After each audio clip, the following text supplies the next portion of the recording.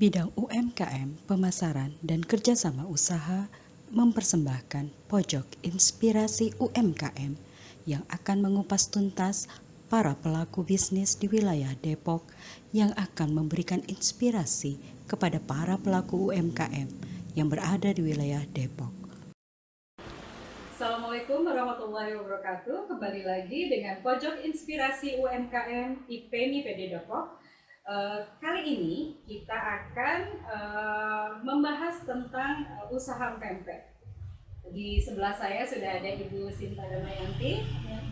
Beliau ini adalah pemilik dari Empek Moy. Benar ya Bu ya? Betul.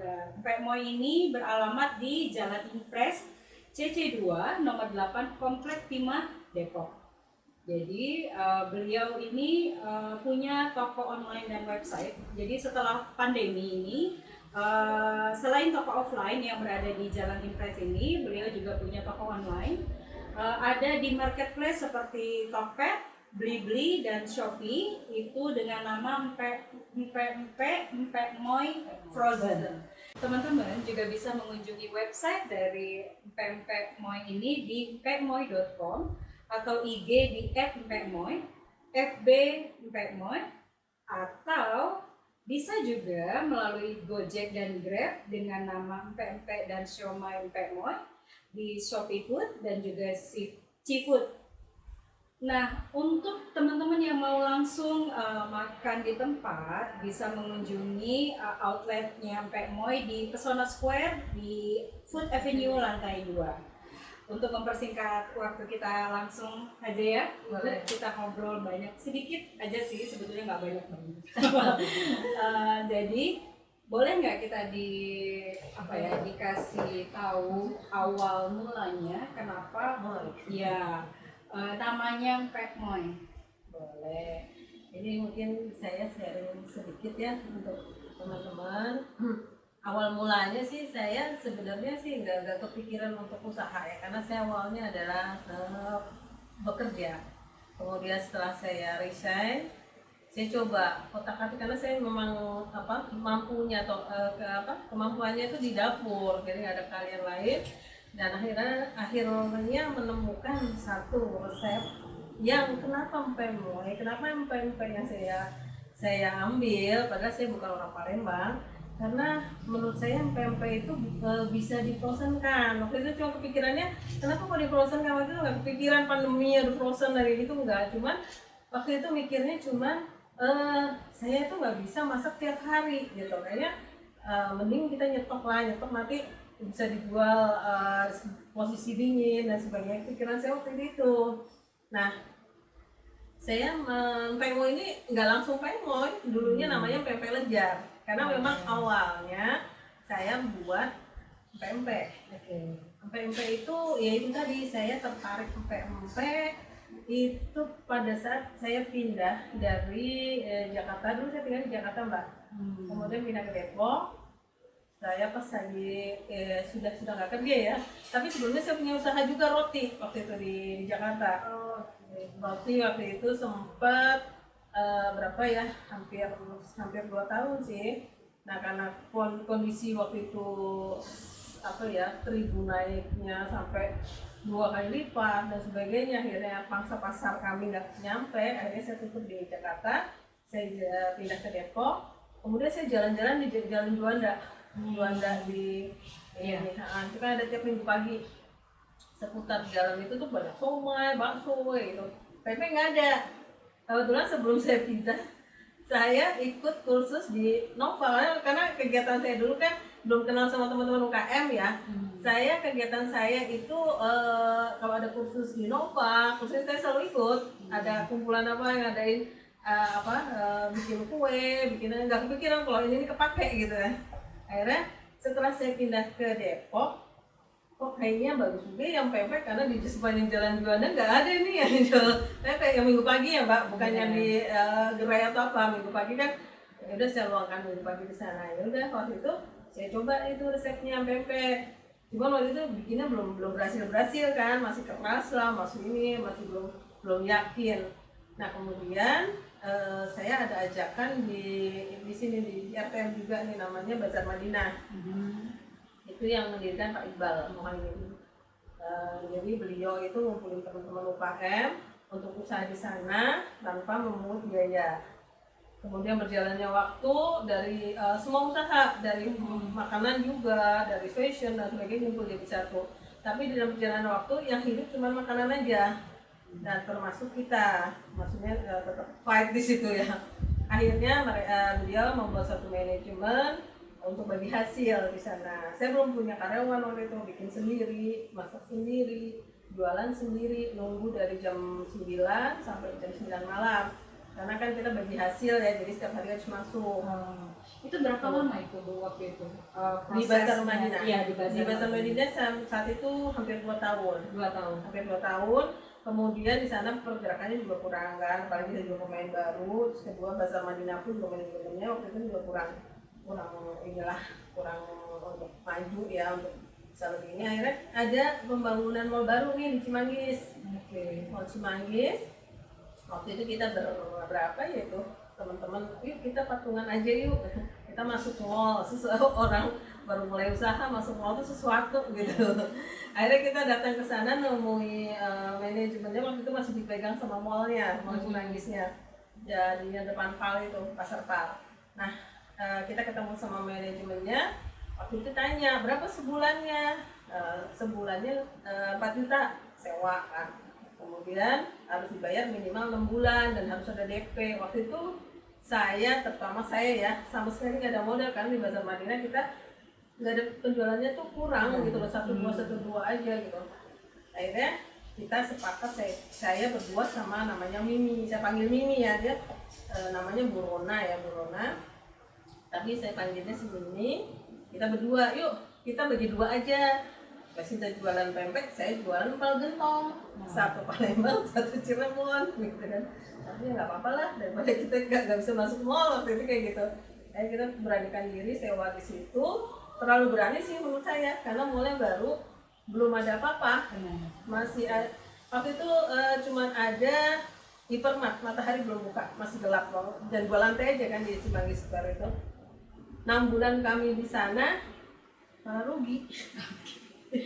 Ini menarik ya, jadi harapannya penjualan meningkat kan di mall kan gede gitu ya, ternyata malah rugi. Terus setelah merugi itu apa nih kiatnya Ibu Sinta sampai akhirnya bisa jadi sebesar sekarang? Dengan berapa? Belum besar ya, masih proses. 8 loh karyawannya, sudah 8 ya Bu ya? Amin, insya Allah ya, mudah-mudahan banyak yang bekerja di sini ya, saya juga senang. Jadi sebenarnya ini ya adalah yang salah satu kiat saya ya, isinya kita ini kalau berusaha ya, kalau istilahnya pantang menyerah. Memang setiap usaha itu selalu akan ada ininya ya. Nah salah satunya kemarin itu saya coba di Cimanggis Square, karena kita pemain baru, terus yang kedua mallnya mall baru, dan itu pun manajemen food courtnya belum ada, jadi harus dipegang oleh si mallnya itu. Kita nekat di sana, ya akhirnya orang main ke mallnya juga nggak ada, karena kan manajemennya belum terbentuk. Akhirnya waktu itu saya memutuskan untuk keluar. Tapi teman-teman di situ sebagian pada mau nurutin. Terus akhirnya saya memikir kan, saya coba diskusi juga sama yang akan mengambil alih waktu itu. Yang akan mengambil alih itu Matahari Food Court. Saya ngobrol banyak sama beliau. Terus mau dijadiin apa sih, ini seperti apa, konsepnya kok bagus gitu.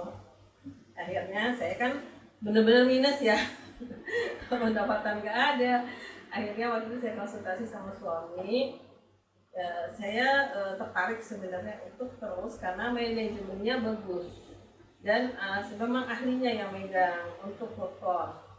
Ya akhirnya waktu itu saya istilahnya ngajukan pinjaman lunak ke suami. Ke suami ya? Saya nggak berani ke suami, tapi ternyata suami kan melihat keyakinan saya gitu. Apa saja yang dibutuhkan di sana kan harus sewa minimal 6 bulan, harus DP, palingnya DP dulu. Akhirnya udah kita coba DP, kita coba, saya tahu konsepnya Matahari seperti apa.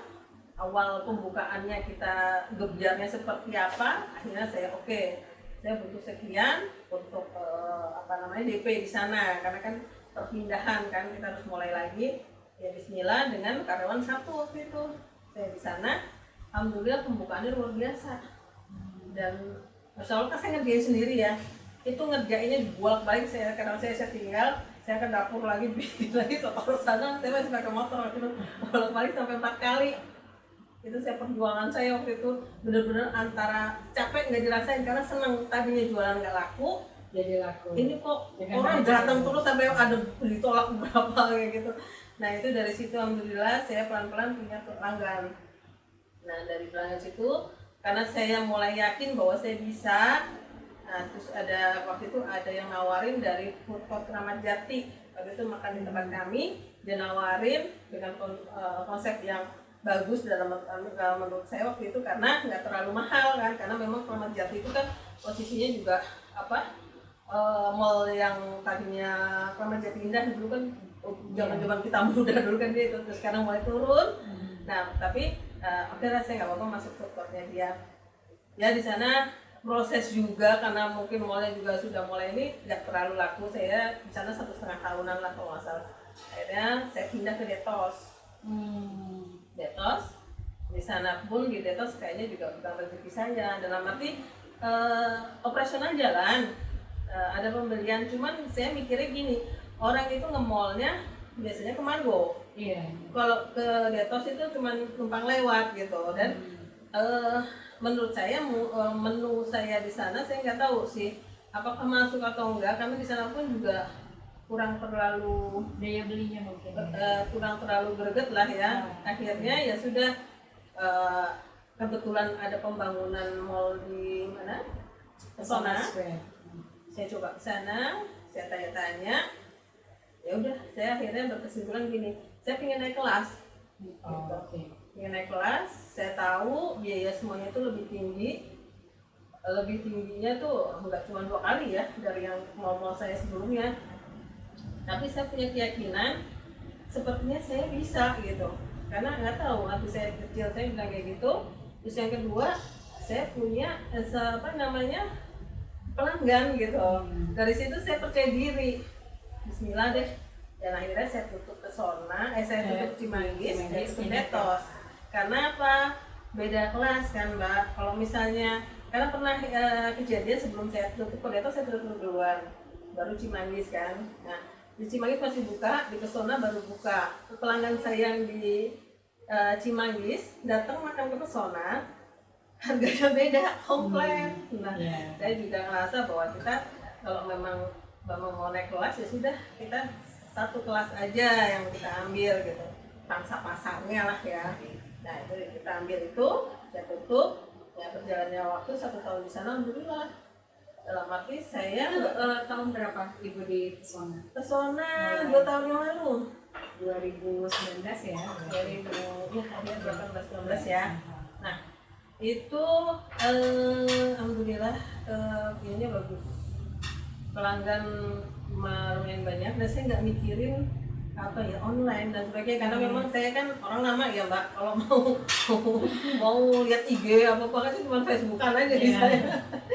Akhirnya ya udah, saya sudah nyaman di Pesona, dalam arti karena udah ada pelanggan ya, terus saya bisa membiayai operasional dan saya juga bisa punya uang sedikit tabungan ya gitu kan. Jadi tetap di offline.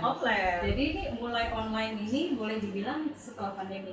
Nah betul, tapi sebetulnya saya sudah produksi frozen ya? cuman saya produksinya berdasarkan PO.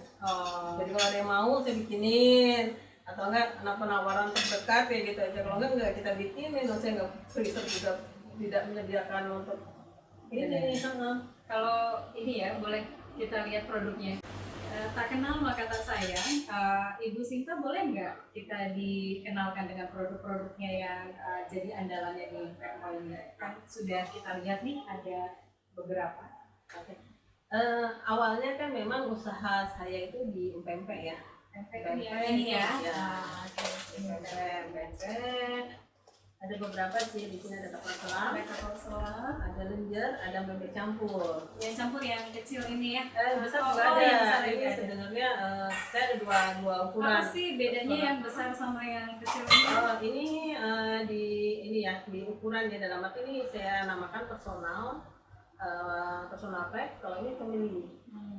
Kalau personal itu bisa 1 sampai 2 orang, kalau family bisa 3 sampai 4 orang.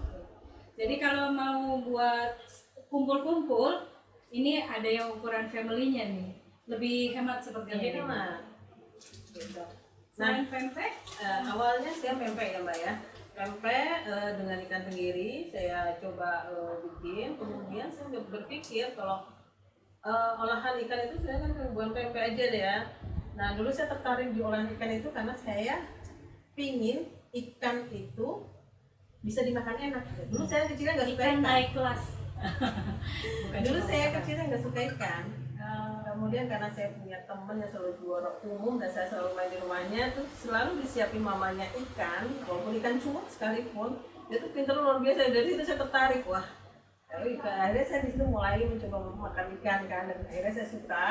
Nah saya mau coba, nggak ada salahnya sih saya coba snack atau makanan olahan ikan. Akhirnya saya bikin somai. Somai ya, ini yang family, ini yang personal. Somainya ya, cantik. Ini gampang ya, tinggal diangetin. Oke. Dan bisa disajikan, ada bumbu batagor kacangnya, juga. kemudian ada batagor, dan terakhir tekwan. Oke. Ya. Jadi ini produk-produk andalannya. Untuk saat ini produk saat kami ini. ini. Ke depan apakah akan ada inovasi baru lagi? Rencana untuk produknya kemarin Pemmo? sih sudah ada kepikiran untuk otak-otak bakar, bumbu merah ya. Nah, itu tapi nantilah setelah Lebaran karena kita fokusnya untuk Ramadan ini dulu ya. Ditunggu ya. Apa tadi otak-otak bumbu merahnya. Otak bakar bumbu Iya. merah. Nah, kita tadi sudah mendengar perjalanannya Pek Moy dari yang rugi sampai akhirnya naik kelas ke Pesona Square. Nah, selain itu kita mau tahu dong tipsnya, kiat-kiatnya Bu Sinta biar bisa tetap bertahan, apalagi setelah pandemi ya. Pandemi ini kan tantangannya besar luar sekali. biasa. Kerasa ya. Udah kerasa lagi, udah mau give up waktu awal-awalnya saya sempat Nah untuk itu gimana nih biar teman-teman bisa belajar dari Ibu Sinta bagaimana di masa pandemi tetap bisa bertahan, bahkan mungkin sepertinya nih dengan online-nya semakin berkembang. Kita proses ya masih, dan insya Allah mudah-mudahan doa semua. Amin. Jadi memang pandemi ini semua ya ngalamin bener-bener apa ya, seperti yang sesuatu tuh nggak dipikirkan awalnya tapi kejadian gitu. Awalnya saya sudah senang, dalam arti gini, saya sudah 1 tahun di Pesona. Waktu itu kan saya perjanjiannya dengan di Pesona Square itu per 2 tahun kan, per 2 tahun tapi dibayar awal, maksudnya kan itu per bulan perminnya ya, tapi dibayar awal untuk per bulannya itu di 1 tahun pertama. Ya bisa dibayangin, dalam arti 1 tahun kemudian saya cuman dapat, istilahnya saya nggak usah bayar gitu, tapi saya terima uang kayak gitu. Saya nabungnya kan alhamdulillah gitu untuk mendapatkan istilahnya nanti kalau ada perpanjangan lagi saya dengan mudahnya, dalam arti saya sudah ada uang. Itu pemikiran saya, tapi kadarullah ya, kita udah yakin kayak gitu, udah seneng, udah punya harapan, udah ngomong sama anak-anak bentar lagi kita bisa naik gaji gitu, karena memang saat ini saya belum bisa UMR ya Mbak. Doain mudah-mudahan bisa secepatnya. Karena gimana pun juga mereka adalah aset kami ya. Nah itu dengan tiba-tiba langsung brek kayak gitu, saya sempat ya istilahnya dibilang stres ya gimana, karena di belakang saya ada beberapa orang yang memang mereka keluarga yang membutuhkan pekerjaan. Saya mikir 1 minggu saya tutup aja dulu deh, saya pikir dulu yang kedua kesehatan lebih penting daripada semuanya, daripada saya juga istilahnya kan nggak muda lagi nanti kalau ini pemikiran udah parno aja kan waktu itu. Tutup seminggu, dalam seminggu itu malah saya pusing gitu, nah kalau tutup terus nih sampai kapan, terus kemudian saya gaji anak-anak gimana, pas saya putus aja, pas saya putus nanti mereka gimana gitu. Akhirnya ya sudahlah, kita suami waktu itu support juga, udahlah kita buka semampunya ya. Kalau memang kita sudah nggak mampu ya sudah, tapi yang penting kita ada usaha. Jadi saya coba buka pelan-pelan, saya konsentrasikan untuk person, karena gimana pun juga mau dipaksain apapun juga yang datang cuma 1-2, omsetnya tuh turun sampai 10-15% aja dari zaman kita masih awal pertama di sana. Kan nggak mungkin untuk membiayai semua kan. Akhirnya saya kasih tahu ke teman-teman anak-anak karyawan, kondisi kami kayak gini-gini, saya usahain ibu tetap bayar gaji kalian, tidak akan memotong apapun, tapi kita sama-sama untuk bangkit gitu. Karena gimana pun juga itu juga susah kondisinya, karena dari yang menerima tadinya berlebih dalam arti bisa menabung, ini kurang gitu. Malah jadi nombok ya Bu. Nombok. Akhirnya ya sudah pelan-pelan kami mulai bangkit. Kemudian waktu itu kan kami bergabung di grup salah satu organisasi di Depok. Ada info kalau di Indonesia BRI itu kerjasama dengan Indonesia Mall waktu itu. Lalu itu dibutuhkan produk-produk frozen, langsung saya memberanikan diri untuk daftar. Dan dari situ alhamdulillah produk kami diterima, karena penjualannya mereka melalui marketplace, antara lain awalnya sih Tokopedia, kemudian ke Shopee, ke Blibli. Nah di situ alhamdulillah sih penjualannya bagus. Ya memang sih pembayarannya tempo ya, tapi alhamdulillah antusias untuk ini bagus. Khususnya untuk Taekwondo ini saya juga surprise juga ya, dari bulan Juni sampai dengan bulan Desember itu sekitar 1000 pack lebih Di 2020 kemarin. yang masa pandemi. Khusus Taekwondo, kalau untuk semua produk hampir 4.000-3.000 sekian itu dari bulan Juni. Nah dari situ saya punya tabungan walaupun nggak banyak ya, karena saya jualnya ini kan beda sama di food court kan istilahnya saya ada untung lebih gede. Kalau ini kan saya jual harga reseller kan. Tapi yang awal itu kita berjalan. Nah dari situ saya punya tabungan. Akhirnya saya berpikir gini, saya nggak mampu di online, tapi saya pingin, karena saat ini penjualan itu satunya yang lagi digencar lagi di online. Kalau saya nggak ngerti, ya gimana gitu, mau saya begini-begini aja, gimana sih katanya mau naikin gaji karyawan, tapi waktu itu saya nggak bisa apa-apa. Akhirnya waktu itu saya coba kenal dengan seorang teman yang memang dia untuk di bidangnya IT ya. dan kemudian kita sepakat untuk kita cari karyawan yang memang ngerti untuk marketing gitu. Oh ya udah, inilah yang sedang saya garap. Dalam arti kita ini berjalan memang, saya berpikiran gini, mending kita berjalan terus walaupun selangkah asal jangan berhenti. Karena dari situ kita dapat ilmu yang kadang-kadang itu ini bisa ya, oh ternyata ini bisa ya, kayak gitu. Jadi ya itu yang membuat saya istilahnya dibilang eksis ya, maksudnya gini, saya mencoba bertahan dan bertumbuh gitu ya. Mudah-mudahan sih pelan-pelan ya, intinya walaupun kadang-kadang gini ya, kita nih nggak ngerti sesuatu, tapi kalau misalnya kita memberikan sesuatu porsi itu pada orang yang lebih ngerti, nggak ada salahnya kita sharing gitu, sharing keuntungan untuk sama-sama yuk kita kembangin gitu. Kadang-kadang orang teman-teman UKM kan rata-rata gini, aku bisa kok ngirim sendiri ke sana, aku bisa kok jalanin sendiri, aku bisa ini. Ya itu kembali lagi ke keterbatasan kita, sejauh mana sih kita bisa melangkah gitu.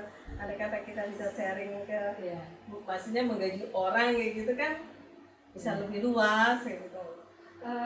Boleh saya tanya Ibu, waktu ini kan sudah ada LPPOM-nya dan sudah ada sertifikasi halalnya juga. Waktu pengurusannya itu gimana ya Bu? Ada suka dukanya kan? Oh ini waktu dulu saya awal mulanya untuk yang halal dari LPPOM itu, waktu itu dari dinas Mbak. Jadi kita dulu ikut dari pengurusan halal dari dinas. Ya kebetulan ya itulah kegunaannya kita bergabung di komunitas ya, ada info, ada apa dan sebagainya. Nah nanti kita sama-sama diurus halalnya ke dan Haki pun juga gitu sama. Ini Haki juga sudah ya? Haki alhamdulillah sudah. Nah kebetulan yang belum adalah MD, tapi MD kami sedang proses ya. Kemarin saya sudah mendaftarkan ininya di enaknya, karena bagaimanapun ini adalah produk frozen. Produk frozen itu beda dengan produk yang keripik atau dan sebagainya karena dia tidak awet gitu. Jadi dan tidak awet itu dalam arti kalau disuruh ruang itu 1 hari 1 malam itu ya sebaiknya kita harus menjaga rantai dinginnya gitu kan. Nah itu harus MD. Nah itu ya mudah-mudahan sih bisa dipermudah dalam arti kan kita baru mendaftarkan ya untuk proses itu ya Bismillah aja, yang penting jalanin dulu. Iya. Ini Ibu di belakang kita kan ini ada kemasan-kemasannya.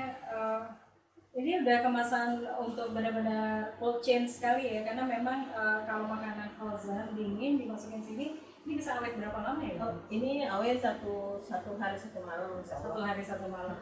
Nah ini besoknya masih bisa. Gitu. Berarti dengan packagingnya seperti ini, pengirimannya sudah seluruh Indonesia kan?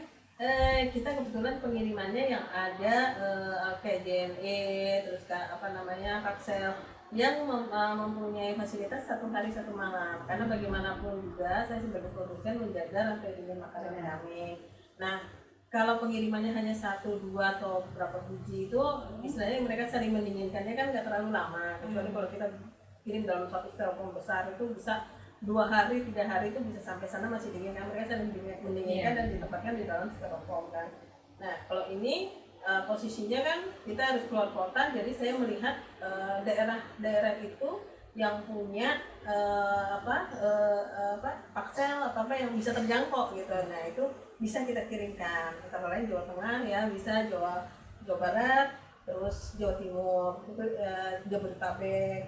Terus kalau yang keluar Makassar bisa, yang pokoknya ada pakselnya. Kalau paksel mereka punya freezer, jadi alhamdulillah kita aman. Aman. Nah ini terima kasih banyak ya Ibu. Kalau yang mau jadi reseller nih, gimana nih caranya? Welcome reseller. Ini memang kita butuh para reseller ya, kita benar mereka itu adalah ujung tombak di pemasaran kami dan sangat alhamdulillah terima kasih ke reseller kami yang selama ini setia menjadi reseller Pek Moy. Jadi untuk reseller baru itu bisa nanti kami hubungan dengan admin, itu memang ada ketentuan. Kalau untuk reseller kami minimal pembelian 350.000, boleh pilih produknya apa aja. Kemudian untuk selanjutnya pembelian minimal 200.000. Oke. Ya. Dan rencana ke depan sih Mbak, tapi ya Bismillah ya kalau memang ini bisa terlaksana, ingin mengatur alur distribusi kita Mbak. Jadi intinya kita bentuk agen, nantinya kita nggak jual satuan, kita jualannya ke agen. Nanti kita yang akan mereka akan subsidi ke reseller-resellernya. Ini tuh perjuangan ya, pelan-pelan. Ini di sini nih kayak udah pingin gini gitu. Cuman untuk terapinya ya itu butuh proses juga. Mudah-mudahan ya Bu Sinta ya. Kami juga dari Pojok Inspirasi UMKM mendoakan semoga usaha Bu Sinta semakin berkembang, karena dengan semakin berkembangnya usaha semakin banyak tenaga kerja yang bisa diserap. Amin. Kalau boleh saya sedikit menyimpulkan, jadi perjalanan Ibu Sinta yang panjang ini itu harus didukung dengan kerja keras, fokus terutama pada satu produknya saja. Karena Ibu sudah fokus di frozen, beliau mengulik lagi apa yang bisa dilakukan dengan ikan. Jadi fokus pada usaha, kerja keras, dan yang paling penting adalah kolaborasi. Karena tanpa kolaborasi akan sulit sekali untuk mengembangkan usaha. Salah satunya Ibu adalah ikut komunitas. Jadi komunitas dalam berusaha itu memang penting, jangan ditinggalkan. Karena dengan komunitas kita mendapatkan networking baru ya Ibu, teman-teman baru. Juga informasi-informasi yang dibutuhkan, mulai tadi sertifikasi halal, haki, MD, apa lagi tadi sertifikasi haki, MD, halal, terus kalau untuk teman-temannya itu ada PRT. Jadi memang PRT juga ya. Jadi tergantung nanti produknya yang akan dihasilkan dulu ya. Dan harus inovatif. Ketika kita terkena masalah dengan adanya pandemi, offline store kita mendadak tidak laku atau bahkan sampai tutup, inovasi itu adalah menjadi kata kuncinya ya gitu. Jangan malu untuk belajar. Ibu Sinta mulai belajar tentang online yang tadinya tidak tahu apa-apa sampai akhirnya mempunyai banyak sekali toko online ya Bu ya. Jadi ada ya, di karena memang dibantu juga oleh teman saya merekrut gitu. benar. Dan jangan lupa kita tetap harus mempekerjakan orang yang tepat di posisi yang tepat karena itu yang akan membuat usaha kita semakin besar ke depan. Insya Allah. Iya. Terima kasih banyak Ibu Sinta Sama-sama. untuk sharingnya. Sama-sama, terima kasih. Teman-teman, kalau saya ulang lagi ya, jadi empek-empek Moi ini bisa didapatkan melalui toko online di Tokopedia, Blibli, dan Shopee dengan nama empek-empek Moi Frozen, atau bisa mengunjungi website mereka di www.empekmoi.com atau IG di @empekmoi, FB empekmoi, dan juga bisa didapatkan melalui Gojek, GrabFood, Shopee Food, dan Seafood dengan nama empek-empek dan siomay empekmoi. Nah, jika Anda yang ingin menjadi reseller, nanti bisa lihat di keterangan kita di nomor marketing dan adminnya. Akan kita share nanti di sana. Terima kasih banyak Ibu Sinta. Mohon maaf kalau kita sudah mengganggu waktunya. Dan nikmati panganan lokal Indonesia dengan rasa dan kualitas yang terjamin. Dan tentunya halal. Insya Allah. Terima kasih banyak. Sampai jumpa lagi di Pojok Inspirasi UMKM berikutnya.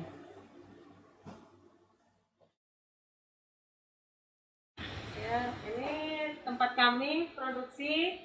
Ini kebetulan ada di pojokan untuk admin dan marketing. Dan marketing di atas sih, cuma senangnya dia bareng sama admin. Dan ini tempat penyimpanan stok dan hasil hasil produksi kami. Ada siomay. Kemudian ini stok nanti, ini stoknya kita bikin kayak gini untuk stok yang curah. Nanti kita packing seperti yang di depan sana tadi ya. Ini juga ini lagi kita stok karena kemarin baru diambil ke seller juga jadi udah kosong. Kemudian ini stok ikannya, stok ikan kami.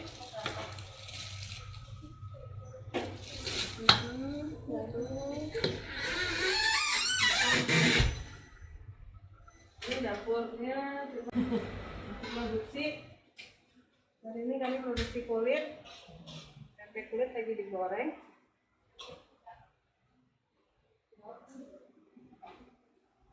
Di sini tempat packingnya.